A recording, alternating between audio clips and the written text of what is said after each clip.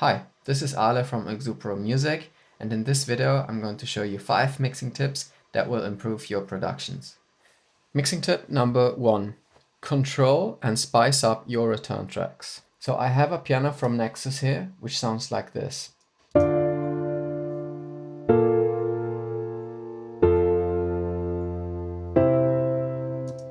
Let's say, for example, I want to put some effects on it and I'll just go with a delay, for example. I would go to bus, choose a free bus, and in Logic this creates automatically the return track or auxiliary track, which I'm going to rename to delay. And then I'll select a delay plugin, a stock plugin from Logic, which is called tape delay. Make sure that in the plugin you set the wet parameter to 100%. And I'm just gonna go for an 8th note dotted delay. Let's see how it sounds.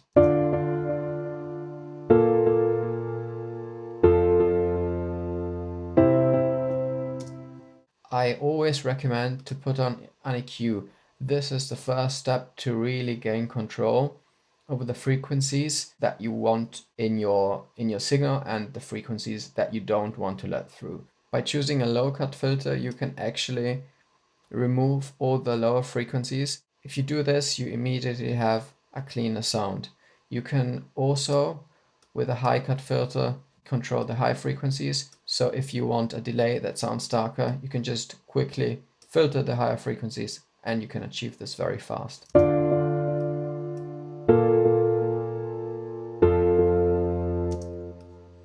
Now I don't want to remove any high frequencies in this case, and I'm just gonna leave it like that. Now how can we enhance our return track even more or make it more interesting? Let's say we want to add some reverb on our instrument as well. Same as with the delay, we would go to bus, choose a free bus, which then creates your return track, and I'm just gonna rename it to reverb and select a reverb, in this case the Logic Pro a stock plugin ChromaVerb, and I'll just start by choosing a preset that I like. Vocal Room, let's go with that.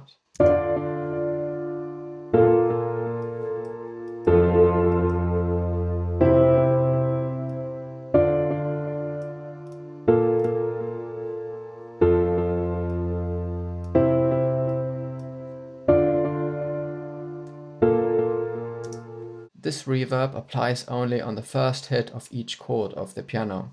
If you want our instrument to sound more coherent, in this case we can actually go to our delay return track and send this to the reverb as well.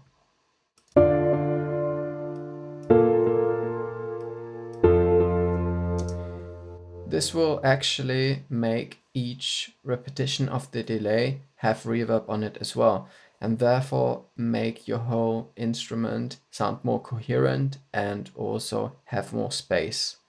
Same thing, I would always suggest you use an EQ on your return tracks. So in this case, I would go into the reverb and do a similar thing as we did to the delay by removing the lower frequencies.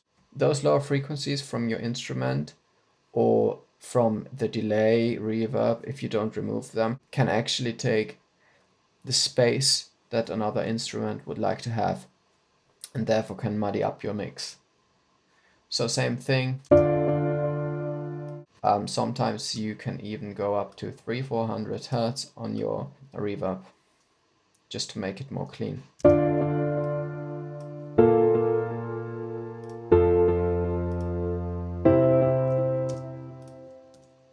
Mixing tip number 2. Sometimes using 2 EQs on your instrument can actually really help you bring back some clarity.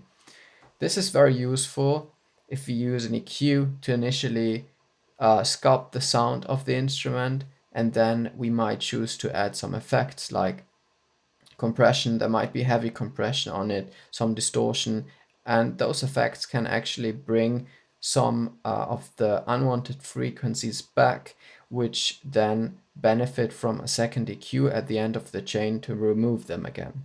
I'm just going to show you this concept with the same piano. I'll choose an EQ, and let's say we want to remove the low frequencies. All those frequencies, they are not needed. And let's say we have a bass instrument, so you might choose to cut around 100, 110 hertz, just to gain more clarity and separate the frequencies between the instruments.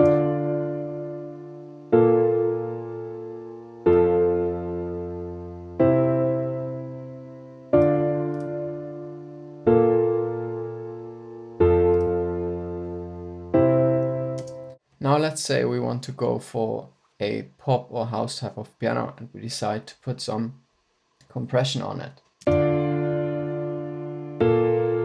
Maybe some overdrive.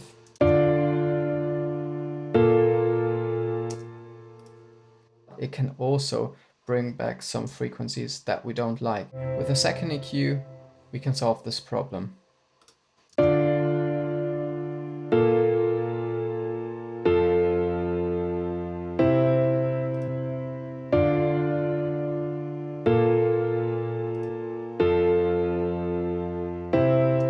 It can really, again, make this piano that you've already sculpted with an EQ at the beginning of your chain clear again. Mixing tip number 3. Clean up your audio. This will help you, first of all, visually, to know exactly where you have audio playing and where you have silence that you don't need. By cutting out the silence, you also make sure that later on, say for example, if you add compression, no background noise that might be in the background very quietly doesn't build up. Also, by adding fades at the start and beginning of your audio regions, you can avoid any clicks. In this example, I have a tom hit. Especially in the end, you can tell. So you always want to add a fade at the end, and sometimes also in the beginning, depending. If your drum hit starts at the beginning exactly, you don't need a fade in because it can actually soften up your drum hit. But in this case, you can add a tiny fade and therefore remove the click. And the click is gone. In Logic, you can also fine-tune this on the side, or you can zoom in and do it this way. Now you can remove the silence from your audio either manually, and this is the method I prefer, because it gives you a lot more control over the start and ending point of your audio region as well as each fade. But each DAW also has a function, and in Logic Pro this is Control X, to dial in which audio you want to keep and which silences you want to remove. You can play around with this, they're pretty straightforward, and once you have this, it will automatically chop up your audio and you can group select them and add a fade in and fade out. Mixing tip number 4. When we mix, we often get lost in the details, but it's very important to keep the bigger picture in mind, and to also keep in mind how each section differs from each other section and how they interact. If you have a good song, it takes the listener on a journey.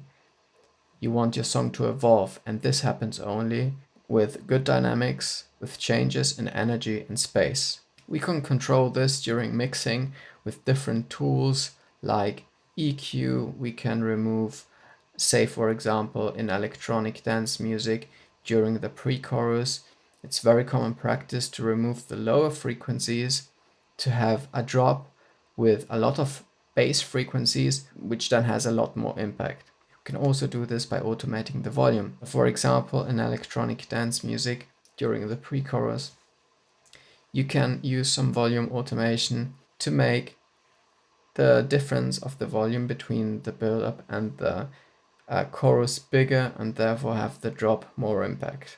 This concept though should already start at the stage of composition and songwriting. If you write a good song and arrange it well, it will inherently have some dynamics, changes in intensity, in rhythm, and therefore energy. So start applying this at the beginning of your song creation and fine-tune it during mixing. Mixing tip number 5. Group instruments together. This can really help to glue different types of instruments that might play the same role to glue them together, or to glue, say for example, all of your drum sounds together. I'll show you an example. The drop melody in this song consists of 2 layers.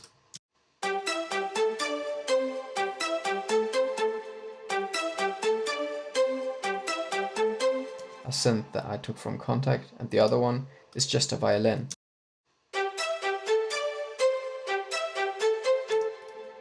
Now these two are layered and they play the same notes with the same rhythm, and they make up the lead sound in this track. By grouping them together, you can use one channel to apply EQ, compression, or whichever effects you like, and this will allow you to glue those layers, to glue those instruments together and make them sound more coherent. Now what you can do, and something that I always recommend, is to have 5 or 6 different instrument groups, which give you much simpler control over the volume of each group, allows you to more efficiently glue them together, and also have a better mix between all of them. For example, I can send now all my drum tracks to one bus, to one summing channel basically. I'll choose a free bus, and in Logic the aux channel or the summing channel is created automatically. I can rename this drums all. Then with Control and T I can actually bring this up to my arrange window, and there I have it. Now I can just solo this, so I'll just hit the drums. And if I want to glue them more together, I can, for example, use a compressor. And I've just gone with the preset here to start.